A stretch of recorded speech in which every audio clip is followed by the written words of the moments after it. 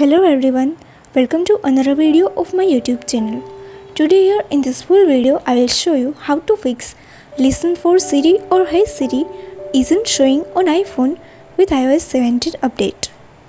So the main issue is your language on your iPhone.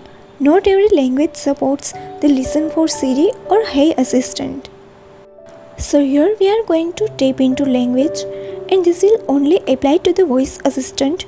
You need to set this one to English. I know for sure English US and English UK works. Now let's begin. First of all go to settings, then here scrolling down and tap on Siri and search. Next here tap on language. Now from this you can select English US or English UK. Here I am selecting English UK.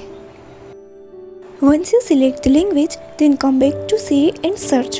Here you will find Listen for option. Tap on that. Now make sure that here you are selecting Hey Siri.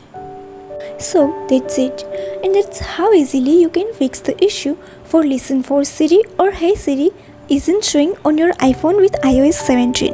Hopefully this video will be helpful for all of you. And please don't forget to like, share and subscribe my channel. Thank you so much.